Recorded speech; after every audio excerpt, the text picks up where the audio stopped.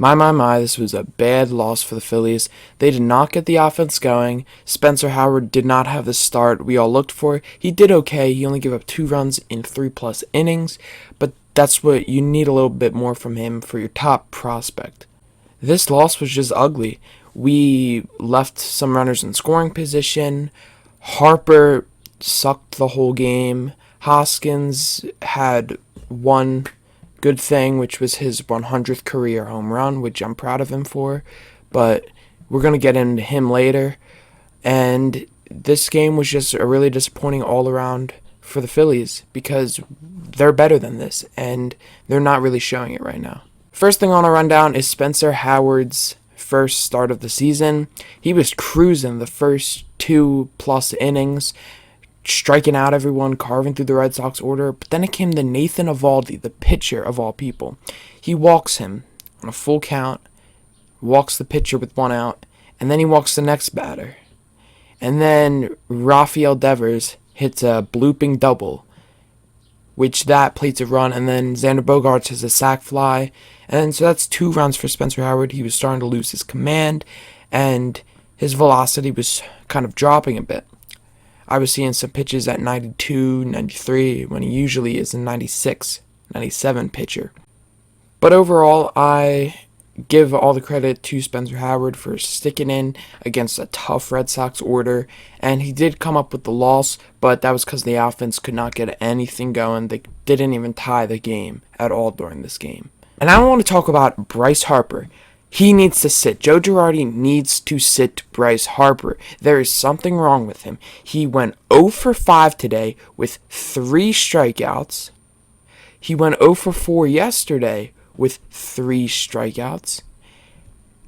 It's unbelievable how bad he's been. He's on like a 2 for 25 stretch, and with like 14 strikeouts or like 13 strikeouts mixed into that. Like, you cannot have that from your $330 million man. I don't think Harper is overpaid. I just think he needs to get back to where he was helping this Phillies team, because they look lost. And obviously, Realmuto and Gregorius are not in the lineup, which is kind of faulting him, but he needs to get back where it's going. Realmuto, he's going to be stopped for like, I don't know how long he's going to be out, but it shouldn't be that long. Same with Gregorius. We need them both back in the lineup, and players like Nick Maton and Brad Miller on the bench, because right now, those are you want. If you want to be a star team, you need good players on the bench. Nick Maton would be the best bench piece you could ever have, and Brad Miller is a great bench piece as well.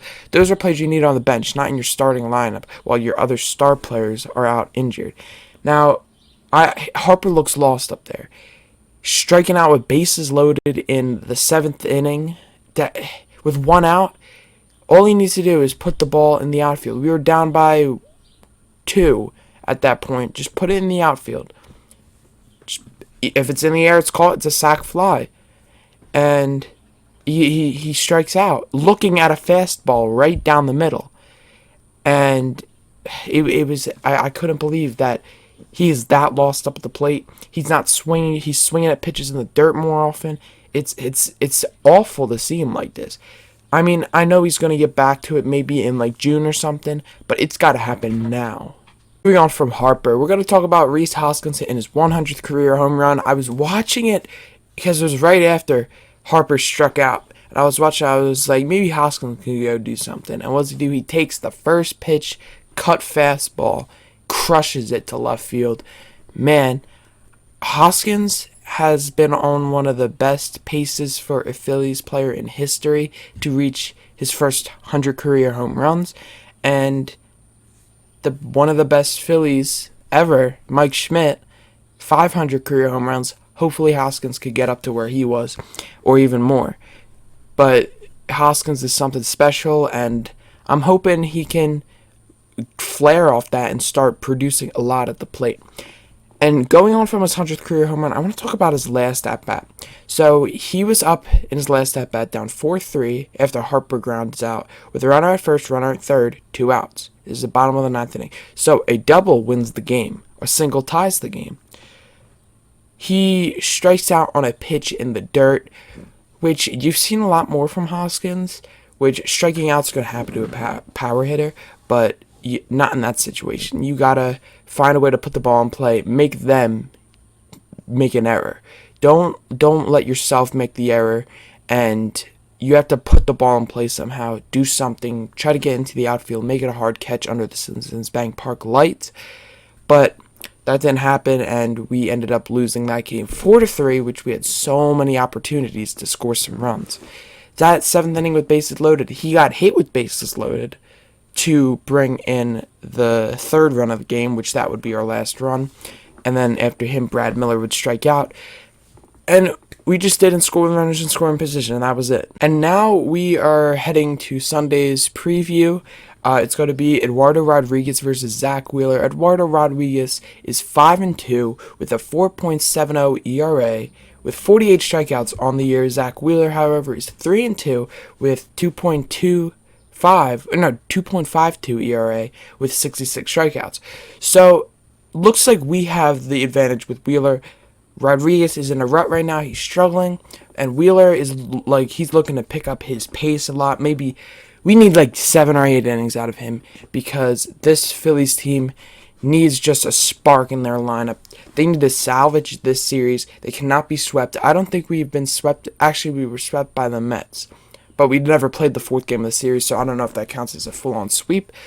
But we got to do something to salvage this game and not lose 3 against the Red Sox. I know the Red Sox are one of the best teams in the American League right now, but it's awful the way we've been losing. We've lost 4 in a row.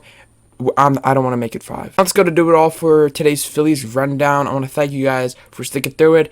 I want to thank you guys also for sticking through these Phillies games, because they have been awful lately.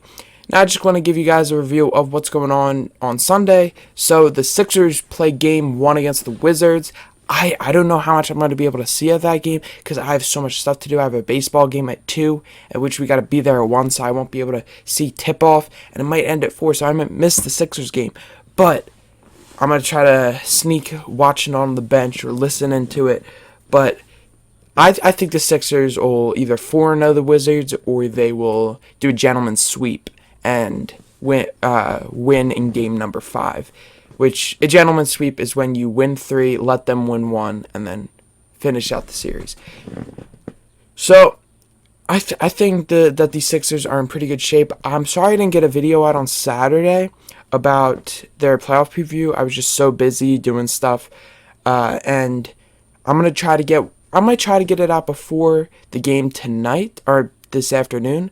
And if not, I will give you guys the game 1 preview later on today. And again, I want to thank you guys for watching, and I will see you guys in the next rundown. Peace out.